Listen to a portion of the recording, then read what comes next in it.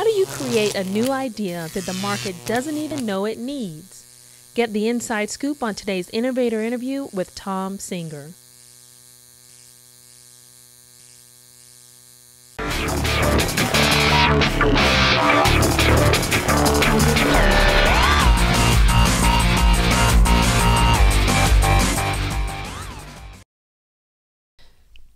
Welcome to Lipstick Unplugged. This is a no-gloss business show for women entrepreneurs who want to gain the confidence, resources, and mentors needed so that they can change their lives and change the world through entrepreneurship.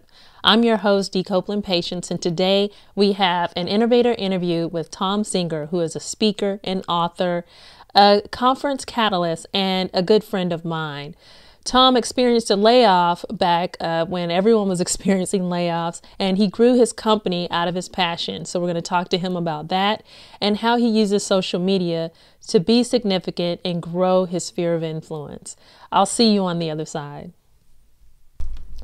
All right, so today we're here with my friend, Thom Singer. He is a book author, and Thom, I believe you have 6 books now. You can correct me if I'm wrong. And you're it's going to be 10. Wow. And then you're also, just keep going, keep on doing them. And you're a speaker, you're the conference catalyst, which I thought was very interesting. And so we met through Leadership Austin.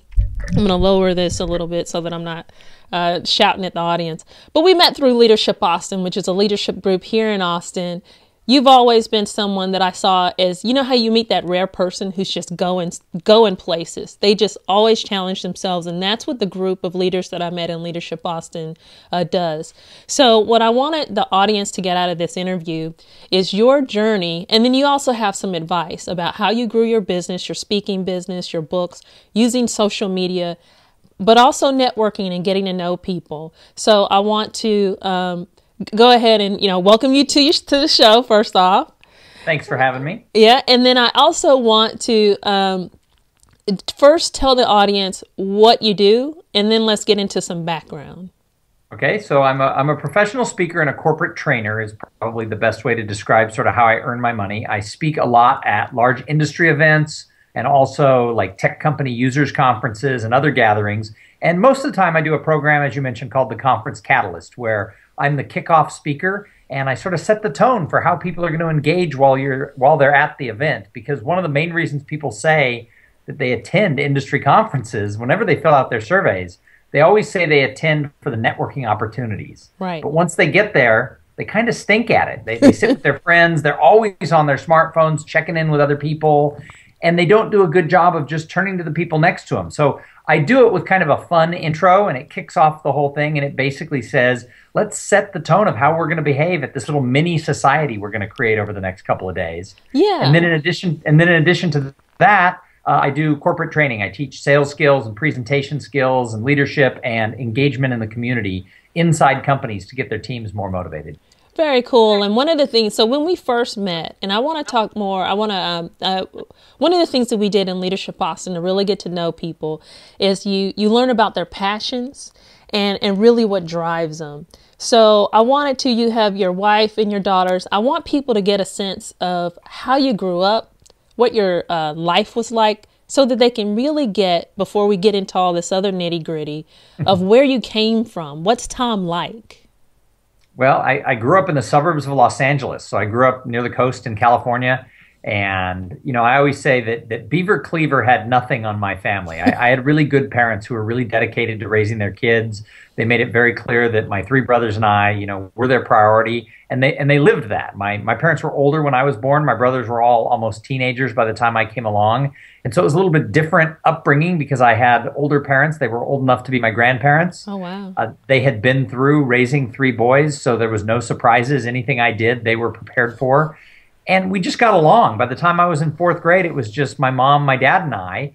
And we had a really good time. But my dad was a lot older. And they always told me, something could happen. This is just the way it is. And you got to deal with the cards you're dealt.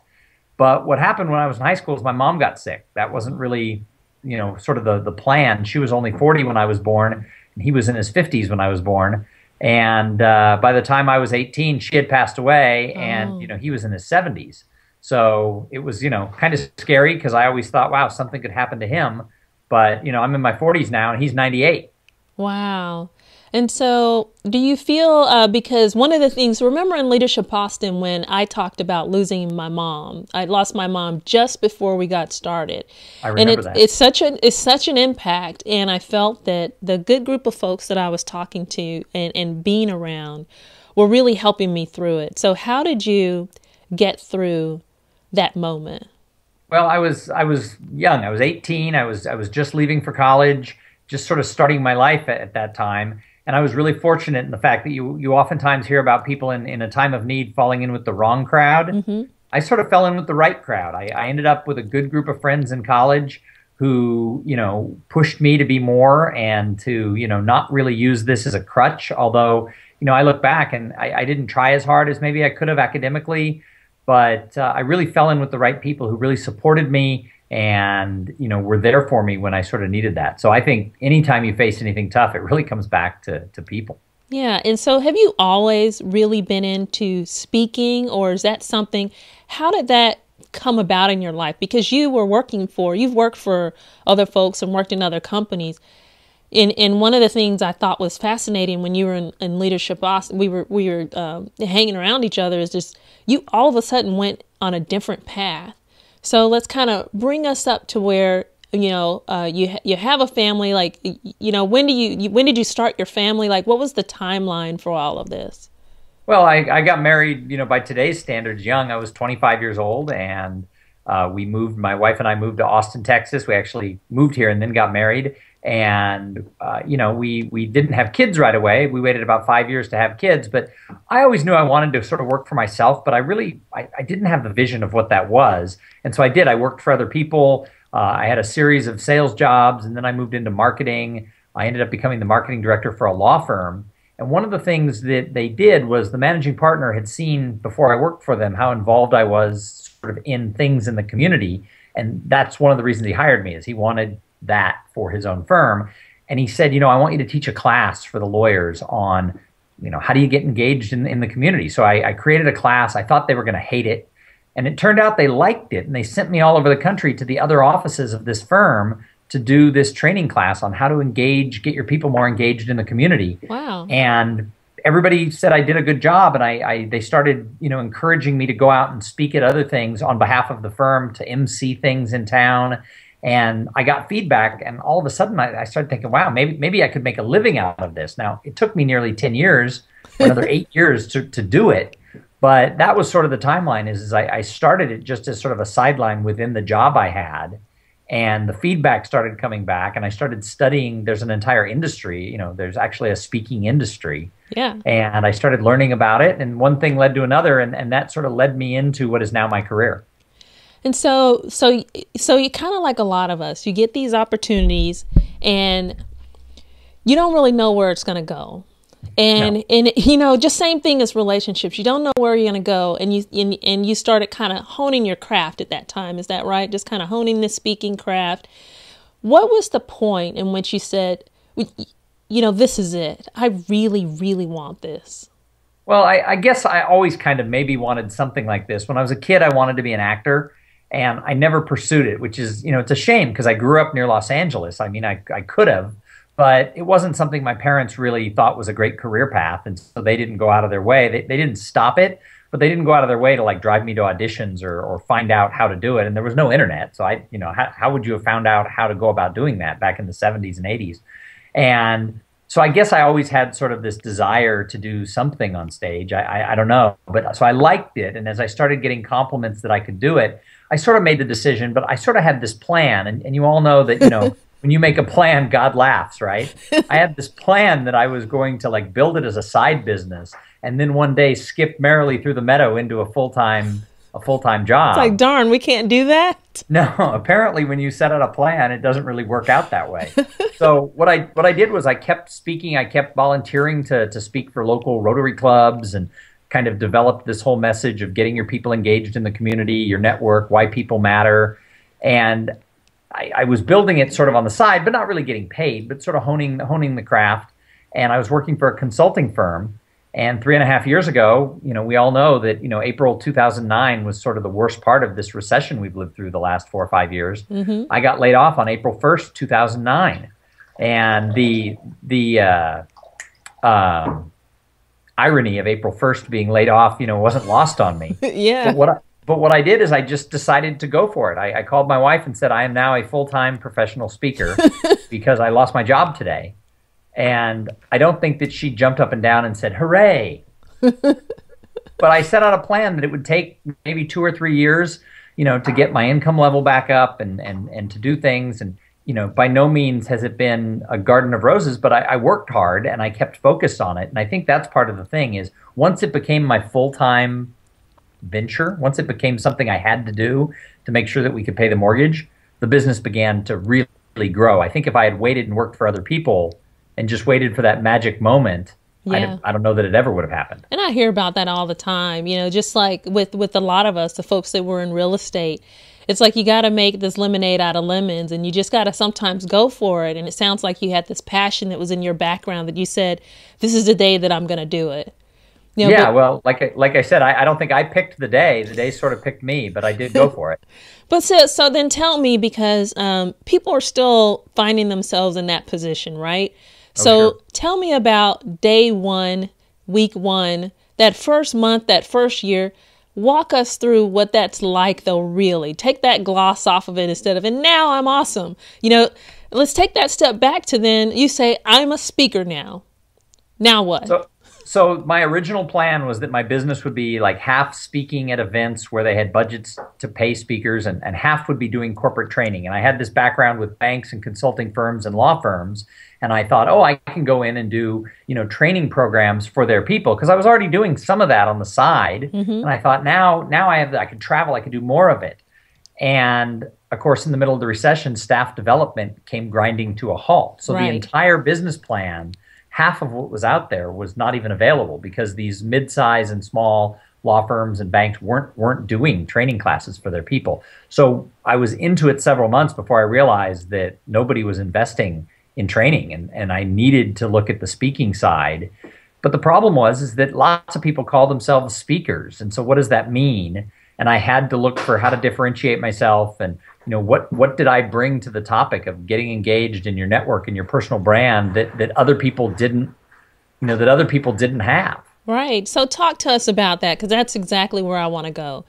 A lot of the women listening, right? They're coaches, they're speakers. You feel like everyone's saying the same thing. Why would someone use me? What process, or if you have a specific example of something that you sat down and did and say, okay, here's what makes Thom stand out and what we might be able to do to really make ourselves stand out. Well, again, it really came down to having people around me. There's a couple of people I can tell two different stories. One was, one of my closest friends from college. We were sort of on a boys' ski weekend, and this was when I was still working for another company. And I was talking about if I wanted to speak, I had to have a few things. I had to have a website. I had to have a book. I mean, there were certain things that people wanted to see. You'd sort of cleared some hurdles. And I was lamenting and whining and, I don't know how to do it. And how do you do this? And he basically said, quit bitching about it and do it. And, he actually helped me form a publishing company, which he now runs. They do more than my books. But we started New Year Publishing because we needed a vehicle to get the first book done. And now a whole company grew out of that. But his attitude was, don't sit around and complain, go and do it. And so I had a friend who believed in me and invested in me and then pushed me a little bit along the way. And then with sort of honing that little piece, I was in a friend's kitchen with her and her husband are both entrepreneurs, and I approached them. I went and said, I want to brainstorm some ideas. Here's what I'm doing. Here's the good feedback I'm getting, but I need to discover something. And in the course of sort of brainstorming ideas, we came up with this idea of, people go to conferences and they all think they're good at networking, but then they talk to their friends. And this was before even the smartphones were as rampant as they were. But even then, people were running back to their rooms on breaks, to make conference calls instead of, talking to people. And we came up with this idea that you need a catalyst. You need something that changes that innate behavior of people to want to do something and not take the action. And we came up with this idea of the conference catalyst, and it really did become something that, worked for me and that really savvy meeting planners and meeting professionals, a lot of them really got it. When I explain it to some of these people who plan meetings, they're like, wow, I didn't even know I needed a conference catalyst, but I want to have you. And it was just different enough. And it was something that was coming from me. It was truly something I loved doing, that it made a difference. And so, my advice to people is have friends around you who will push you, who will give you, or at least maybe match you with the resources that you need, whatever that is, whether it's time, whether it's money, whether it's just sending good vibes. And then having other people who can help you sort of separate the wheat from the chaff to find a good idea and cultivate it into something that you can become really passionate about. And I love that, because remember when I was starting the show, and I wanted a business. I'm that kind of, we're going to have this side business. It's going to be awesome. And of course, it's always a journey. I call it a journey. But you helped me. You were one of the people that I said, who do I know that's either in this industry or they just are a good person to maybe bounce ideas? And I came to you with some ideas and you said, well, here's what's about that. And then after a while, because I think sometimes people are in their heads and they just don't know where to go. And so you have to start going out to other folks and saying, will this idea work? What do you think? And then you get that aha excitement, right? Is that what you got when you went that first time that you said your idea to someone who was maybe in the conference industry? What was that like when they said, got it, this is awesome? Well, it was, they halfway through, they sort of cut me off and hired me. Wow. And that's when I knew, we could make something of this. Now, of course, the fantasy land is, boy, I'm going to book 50 of these, in the next hour. And it's taken several years to build it up to where it's a legitimate business, and I have other pieces of it. But yeah, it's you know it when it's right. When you get in the zone, when you're onto something, you just sort of know it, and it all comes together.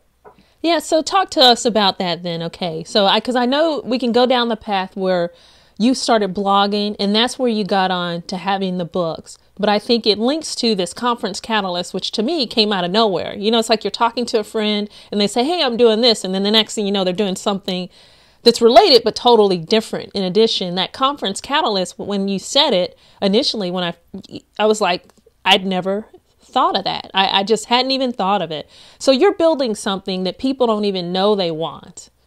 What next? Well, that's it, but you always have to be evolving, because as a speaker, if you hire me for a large conference, and let's say I do a great job and it's a standing ovation, everybody's like, wow, it changed my life, and they spend the next 2 days, taking actions they may or may not have taken otherwise. At the same time, for next year, you don't want the same keynote speaker. It's the nature of the business. I have some peers who say, I always open this one leadership conference. Well, that's the fluke. Most meeting professionals tell me they want to have somebody else next year. And so part of what I do is I help connect them, right? I'm a really active member of the National Speakers Association, and I've developed a core set of maybe a dozen, friends who I refer. I've got a friend speaking at an event that I spoke at last year. Next week, he'll be the keynote speaker, and they do the same things for me. So again, it sort of comes back to people. There's, lots of times people will call up and say, I want to pick your brain. Oh. And that person's never going to repay that, because that they're just taking. But like you use the example of you're like, hey, I have some ideas. I want to start this show. Can I bounce it off you? I'm thrilled to help people who I know, like you, because you're going to do things like say, hey, I want to have you on my show. When people are real give and take, then it's great to just open up and share and refer them and help them.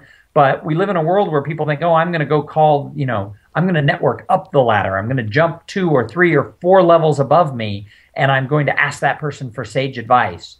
And then they don't even say to that person, what can I do for you? And they never think. They think, well, that person's so successful, I can't do anything for them. And then when that person down the ladder calls them, they're saying, I'm really too busy to meet you for coffee. I don't have time. And so I believe that it all comes back to people, and you have to be willing to help that person who wants to bounce ideas, because so many people have done it for me. Yeah. But you got to be careful, because you can have your brain picked to death. Well, so tell me, so here's what I want. I know I want to know more about this cooperative significance that you've been tweeting about and talking about. But first, I want to know, a lot of people say then, I'm a consultant, or I know something, or I've gotten some success. what do you say to the person then that's just, oh, I'll buy you a coffee and pick your brain, and you may or may not think that they're going to do anything with it. But then what do you do? Like, give us some advice on that. Well, so the first thing about that is if it's someone I know, it's easy because they're my friends. I just want to help them. So whatever, whenever, I'll meet you wherever. But when it's that friend of a friend of a friend, I do consulting. They could call and say, can I pay you your hourly fee to pick your brain? But I've never had that call. No, I've really? never had anybody call and say, I don't know you. I heard you do a good job. That you're a speaker. You've written a book. I would love to pay you a couple $100 to talk to you. Would that be okay? I've never gotten that call. Oh, darn.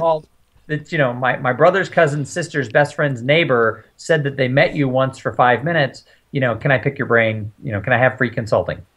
So when I get a call like that where I don't see a mutual connection, I still want to help the person. So my attitude is, sure, I'll meet you at 7:30 in the morning at the Starbucks by my house because I'm a morning person. When I'm not traveling, I try to take my daughter to school and I drop her off around 7:30. And so I can meet them at the Starbucks, and that's great. But the problem is I live on the far southwest side of town, and a lot of people in our population live north. And I've had people say, well, that's not fair. That's an hour drive. Whoa. And I can usually tell at that point that we're not on the same wavelength. If I got the chance to talk to somebody, I would drive an hour to see them if it was somebody who I really valued their opinion. So sometimes I separate it by offering either a really early time or just, sure, come to my house, even if it's lunch, come down to where I live. Half the people say no. And wow. So that's a great way to get rid of. I hadn't thought of that. And I think you also told the tip before about you get there early so that they don't think you're buying coffee for them. You get there early, buy your coffee, sit and say, hey, great. Right. Nice to see you. And my belief is that if you call somebody and say, hey, let's meet, I'd like, some information because you're an expert, whether it's a friend or just somebody that you're picking their brain, you should show up early so that you're buying their coffee. If you instigated the lunch or the coffee, you should be the one to do that. So, but I still want to help people, so I'm happy. Sometimes I'll say, look, I'm driving, I'm speaking out of town. Why don't we talk on the phone? You can catch me. This is the time of my drive. So I want to help people because so many people helped me. All right. And so tell me then about when you were starting up you have the conference catalyst and you have your books. And tell me about then how you started marketing and getting yourself out there, because you kind of know who you are. You have a unique idea. You want to serve people and really, really help people. But how do you get over the hurdle of how much does this cost? How much do I have to pay for this information? And then and how'd you start getting yourself out there with social media? Well, it's a long haul, and I think it's harder if you're starting today. I mean, I was an early adopter of a lot of these tools that we now consider so common, Facebook and Twitter. And I'm not an early adopter like number 10, but I think I was like number 50,000 on LinkedIn. But, how many millions of people do they have? So, starting now, I think it's a much bigger uphill battle. And one of the problems is people like in social media, they look at sort of the famous social media people or the pseudo social media celebrities. They're maybe not famous like Brad and Angelina, but they're famous to those of us on social media. Someone like a Chris Brogan is a great example. Right. People look at someone like Chris and they go, oh, I want to be like Chris. Well, Chris started in an environment that was different than today. He was a true early adopter. He was one of the earliest people to realize that Twitter was a valuable tool back when people were mocking it and laughing about it. He was using it as a communication tool back then. So you can't go repeat what he did because the environment is different.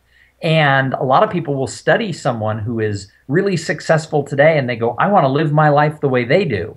And I had a speaker tell me that she had a mentor who was this like really big time speaker. And she goes, she does no free speeches. And I'm going to be just like her. People have to pay me or I don't do it. Good luck.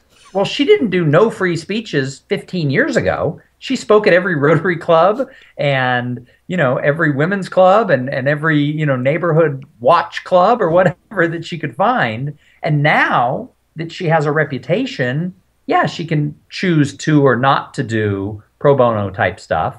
But you can't go look at what the successful person does today and say, I'm going to live my life that way. You have to go back and say, what did they do 15 years ago when they were like me?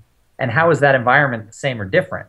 And the world is so different even 5 years ago that we can't even go back and say, what did these people do 5 years ago? So my advice to people is you got to jump in, you got to do it. You got to find a unique way to stand out. And if I knew what that was, I'd be famous. I don't know.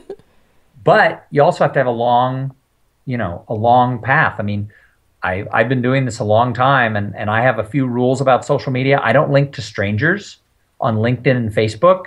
I have to have a reason, a purpose, a foundation. So I like to have had a cup of coffee, a meal, or a beer with somebody. Otherwise, it just clouds that stream of stuff. If you don't know people, well, I link to them because they breathe air.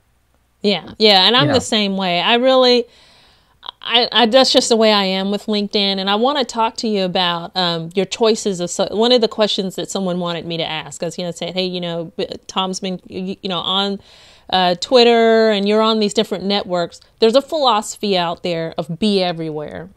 And then there's philosophies of just, which, kind of, I'm biased towards be there. Like, be wherever you're going to be there. Like, don't sort of show up in one network but not really interact. Choose the one or two that you're going to really, really engage with, that really speaks to you, that you really like. But then there's that everyone else saying just be on everything. So how do you make that decision? How do you make that decision for yourself? Well, first of all, I don't think today you can be on everything. I mean, there's so many new social networking tools that are popping up. I have friends call me all the time saying, here's a free subscription to my new site. And it's like, I just don't have the time. So, part of it is I didn't make the decision in today's environment. I made the decision, I've been doing this for, I don't know, how long has this stuff been around? 5, 7 years? Yeah. 8 and 10. It really hit. 8, 10 years with some of it. So, a lot of this was, I tried things. I looked for what worked, and I've signed up for a lot of things where I couldn't tell you my password because I haven't been back to the account. But, I don't think if you're a business-oriented person, if you sell to businesses, you have to be on LinkedIn. I don't think you can exist without being on LinkedIn. Too many people go and check it out to see what your background is, what's your resume. So you have to have it, and you have to have it giving them the information they're seeking for. So it has to be a robust profile. I think that depending on your industry, Facebook can be a good tool, because I get so many referrals from people who know me who work for companies that they may not be the person who plans the conference, but they take my name to that meeting planner or that person. That Facebook for me is a really good tool where, I mean, it's more of a social type tool, but I talk about, I traveled to such and such a destination and spoke for this company or this type of company. I can't talk always about who I'm with. Right. But lots of my friends will see that and they'll be like, oh, we're having a users conference. Maybe we should do this at our users conference. And they'll make the introduction, and maybe that'll turn into business or not. So Facebook for me is very good. Twitter for me is just like a stream of consciousness. It allows me to just sort of, barf stuff out there, for lack of a better term. And what I like about Twitter is it's not a mutual thing. So where Facebook and LinkedIn, I want to have had a coffee meal or a beer with you. I want to have that foundation, or at least maybe the digital equivalent. We've had a few conversations, or, the other thing is I break that rule. If someone's a meeting planner and they send me a LinkedIn request, I'm going to accept it because I assume the reason they're doing that is they might want to hire me. So I'm not strict on my rule. It's sort of a byline. But someone said recently that I have like 1,400 connections on LinkedIn, and they're like, you can't have met all those people. Well, most of them. And my joke is I've just had a lot of beers. But Twitter's great because it doesn't have to be mutual. I can follow you. You don't have to follow me. And if I say something that you don't like, you can unfollow me. During the political season, I unfollow everybody who says anything hateful about either side, whether it's the right or the left. If they say something nasty, like really mean, I don't want to follow people like that. And even some of my friends, I've unfollowed them because they say nasty stuff on social media. It's like, bye. I have lots of other people I can follow on Twitter. So then talk to us. You have so I'm using Twitter, and I hated it. I hated Twitter. I thought it was this big mess, but I learned to use lists. I learned tools. one of the things I learned is that you actually really just need to focus and learn something. And I learned that from Maura Forbes, Forbes Woman. I interviewed her and I asked her, well, how do you get it? She grew Forbes Woman using social media as well. And so that's what I learned from her. She said one weekend she just decided to sit down and just do it. Just learn Twitter, learn Facebook, whatever it is, try it, see if it works. And if it doesn't, then stop using it. So I want to know, you use Twitter and Facebook are the biggest. How do you not sound spammy and scammy and all business? Do you have some rules that you follow? One tweet per every 21 parts per million? I mean, what is it? What's the formula? Well, I'd love to say I don't sound spammy, but I probably do. And if people feel I'm spammy, they can unfollow me. It is what it is. If you don't promote yourself, if you have a business like you're starting and that you have, or if you have a business where I do, where you are the product, you've got to be out there marketing yourself. But if all you do is talk about yourself on your blog, on Twitter, on Facebook, if it's just me, people will tire of that. I probably do it too much. I try to teach people not to do it too much, but it's hard. I mean, if you're out there, you write a blog post, you want to post it, it's because you want someone to read it. So you got to put it out there. So part of what I try to do with Twitter, and you could go and count, and I fail at my own rules. The cobbler's kid has no shoes. But I try to break it into semi-thirds. 1/3, I talk about myself and promote my own things. Here's my blog post. Here's my book. Here's whatever. And with links to those things. 1/3, I promote other people, or I retweet them, or a friend of mine has a great podcast that she puts up. I'll say, hey, you got to listen to Dee's podcast, and I'll send a link to that. And then 1/3 is what I call pontifications. I see something go by, and it's like, I'll just say whatever comes to mind, and I can put it out there. And it's also, that can be a good kind of cathartic release, because we have so much information coming at us that we probably want to comment on. Yeah. That it's great because you can make a quick comment and send it. So I try to split it up between those. And the same thing goes back to my blog. So my blog is really cathartic. By writing a lot, it's made me a better writer, but it's also made me clearer in my thoughts.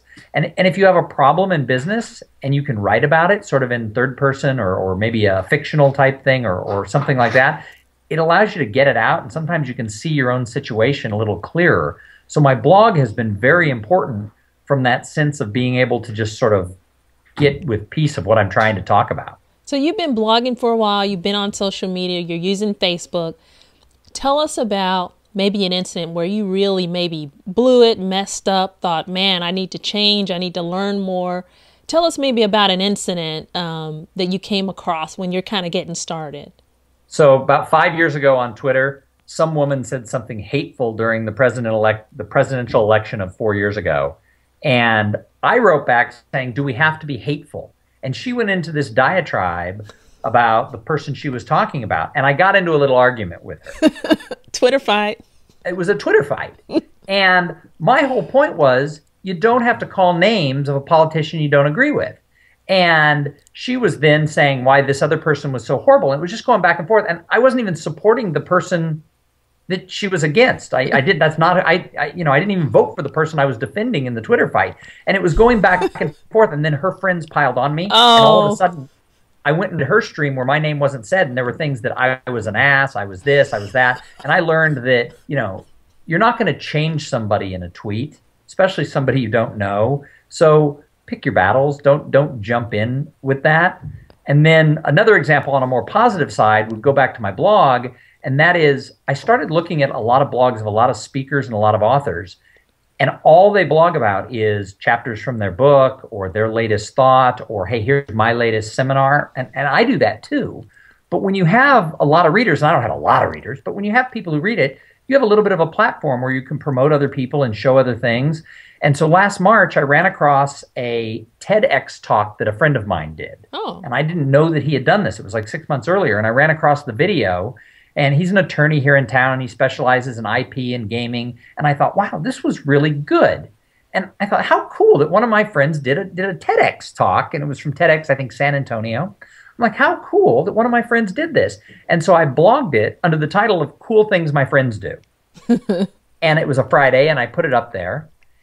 And it made me feel real good that, and I already would do things about other people, but it was like, wow. And so every Friday since that Friday in March, I do a thing called Cool Things My Friends Do, where I post an article about something someone's doing in their personal life or their professional life that's just cool. Oh. One of my friends took a Harley ride with her husband. They rented a Harley and took a cross-country ride. That was cool. Someone else publishes a book. I'll write about what their new book is and talk about how cool it is to launch a book. And it doesn't matter what it is. I'm just always looking for things. And the byproduct of that is all week when I talk to people or I have lunch with somebody or I get an email that somebody's promoting something, I look at it differently. And so for me, it's been very good because it's really easy to get really focused on yourself. I mean, I'm guilty of it. We all have egos and we all want to promote our businesses. Yeah. And so the flip side of that is remember with social media to go out and retweet people or write about them on Facebook, praise them. And even if you don't get any business out of it, you'll just feel better that you're not just talking about yourself all day. Oh, I really like that. And is that what the cooperative significance is? Yeah. Yeah. So can you, starting to wrap up here, let's talk about this cooperative, like with you, I never know if it's another movement or something, if it's something, another business. So I do want to know what that is. And then I want to know, what are your goals? A lot of people at the end of the year, they start looking at their goals for the next year. And I'm challenging everyone to set some bold goals for 2013. So I want to know what cooperative significance is, what you're doing with that, and let's talk about some bold goals that you have for the next year. So cooperative significance, I don't know what it is, right? It's something, and I've been using it for about a year. It came up at a lunch with an entrepreneur here in town, and he was trying to push me a little bit, and he was trying to boil down to what is your message? And we came up with this term over lunch. It just sort of came out of my mouth, and I wrote it down, and it was cooperative significance. That we all, when I talk to people, when I give a speech or I'm working within a company and I talk to somebody one-on-one and, what do you want out of life or whatever, it always comes back to everybody you meet. They want to feel significant. They want to feel significant at home. They want to feel significant in their neighborhood, at work, in their faith community. People want to feel like they make a difference. But none of us can be significant alone in a field. Wow. So we have to have other people. So it comes back to what we were talking about, let people know they're doing a great job. Tell them, hey, that's cool, that you do this. Help promote them. When you know what someone's goal is and you know someone who hires someone who does what they do, call and make the introduction and just say this person's great, because we can't expect other people to do that for us if we don't do it for them. So it's not a movement. It's not, I don't have the Institute for Cooperative Significance. Yet. Well, I was just going to say, man, that's not a bad sounding thing. But the idea is that it is just an idea that if you want to feel significant, you can't do it alone. You have to do it with others. So the first step is go make someone else feel significant. Oh, that just warms my heart. That's exactly, that is you. They said boil it down. That's why I reached out to you. And that's why, even though we had a lot of great people in our group, you're one of the ones that I just remember really reaching out and touching folks. Well, so the last things here is tell us your bold goal, what you really want to do in 2013, and then how we might be able to reach you and learn more about you. Sure. Well, I'm a big goal setter. I always have been. I really believe if you don't put something out there, you just kind of drift. So, the having goals, you don't always meet them, but you always get closer to something. So it's kind of like when you take a little kid bowling. We put up the bumpers in the gutters, so it just keeps the ball from rolling into the gutter. And I think that's really what goals are. Is it just bounces you down the middle of the lane a little bit. And so one of the things I want to do next year, and my family kind of laughs at me, but sort of my motto for next year is we're all about fun. Because starting a business and going from an executive salary to no salary is you make a lot of sacrifices, as an individual, but also for my wife and my two kids. And so, this year, with the business is growing, one of the things I want to do is make sure that we're having some fun with it, having fun with the journey, because our business, I look at it as a family business. My kids, my wife, I try to have them inclusive in what we're doing. So, this year I want to make sure we're having some fun along with that. And then my own personal goal is I just want to hang out with people who think big. I want to hang out with people like you who are saying just what you're saying. Let's do bigger things. I don't even have to know what that means. I think that's awesome. So tell us then, how can we learn more about the Conference Catalyst, learn more about you, and maybe get with you on the social networks? Sure. So the Thom Singer, THOMSINGER, ThomSinger.com is sort of the main website, talks about my speaking and my books. ConferenceCatalyst.com talks all about this program. It's linked to and from ThomSinger.com, but it is, the Conference Catalyst is its own product. And then the training company, which launches January 1st, 2013. All right. Is Davis Hill Solutions. And that company isn't about me, so it's not built around Thom Singer, because eventually I want to have other trainers who can go out and teach these courses. Starting it, I'm going to be the trainer probably for most of the first year or more. But the idea is it's built around something else. So davishillsolutions.com and then just at Thom Singer, THOM Singer on Twitter. And then Facebook and LinkedIn, I kind of want to sit down and have a cup of coffee, a meal, or even a Skype call with somebody before I link to them. All right. That's a lot more beers coming your way then. All right. Well, thank you for being on the show. And I hope you have a good holiday with your family. Excellent. Great talking to you. Yeah. That's it for today's Innovator Interview. I hope you enjoyed the show. For more inspiring mentor interviews, the show notes, and your Rebel Action worksheet, visit lipstickunplugged.com.